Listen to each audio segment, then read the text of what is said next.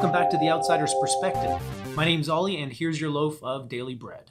Today's loaf comes to us by way of Alan Watts, who says the following.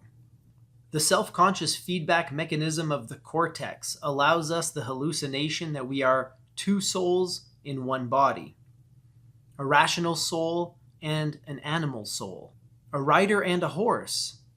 A good guy with better instincts and finer feelings, and a rascal with lusts and unruly passions.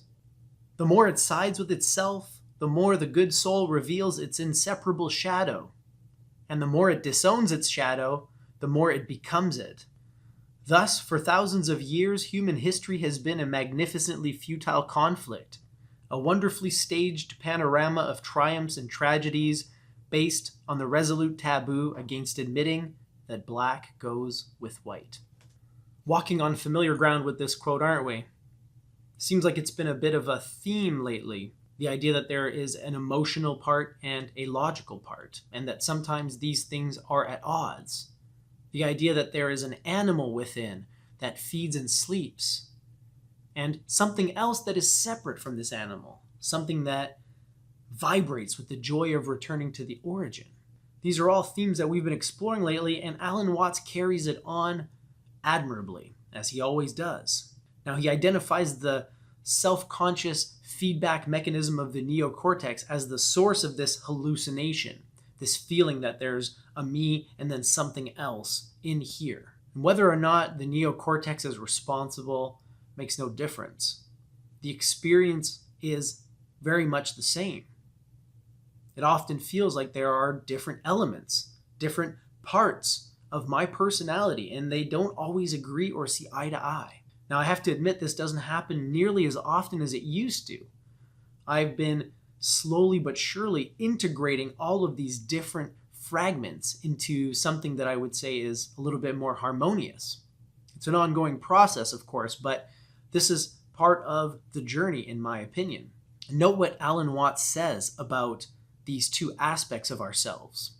He says, the more the good guy or the rational soul sides with itself, the more it reveals its inseparable shadow. In other words, the rational soul and the animal soul are one and the same, and you cannot actually separate them. But note what he says in the following line.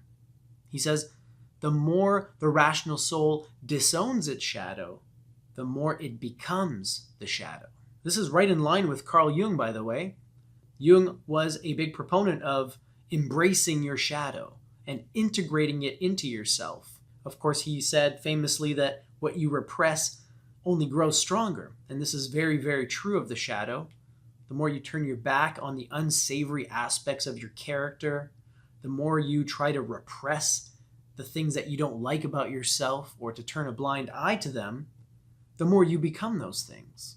In fact, what you're doing is giving that shadow more power over you, because by turning your back on it, you're letting it do whatever the hell it wants. Very dangerous. If you have an enemy, you want to keep your eyes on that foe at all times. You don't want to turn your back on them. You never know what they're going to do if you're not looking. Well, now imagine that there's an enemy living inside of you, a shadow, something that has its own interests and interests that are in contradiction with your own. You want to keep that thing in your sights at all times. You never want to let it go. But more than keep it in your sights, what Jung would recommend and what Alan Watts is kind of saying here is that you should embrace it. Don't just keep your eyes on it. Hug it. Get to know it. And then make it your ally. Then maybe one day it'll start working for you instead of against you. I like how Alan Watts ends this little snippet here. He says that for thousands of years, human history has become a kind of play. And it's all fueled by this taboo, by this notion, by this refusal to admit that black goes with white, good goes with evil, the rational soul goes with the animal soul.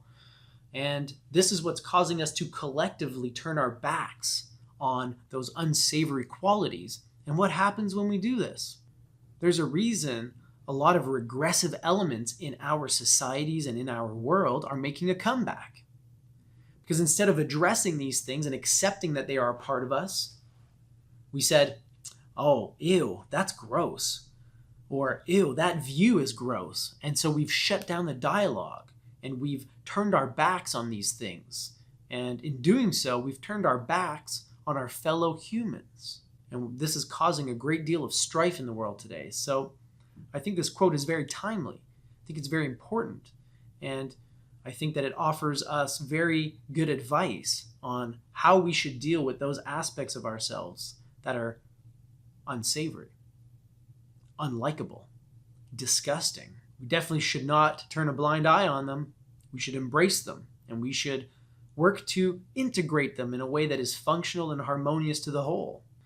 Anyway, that's all I got for you today.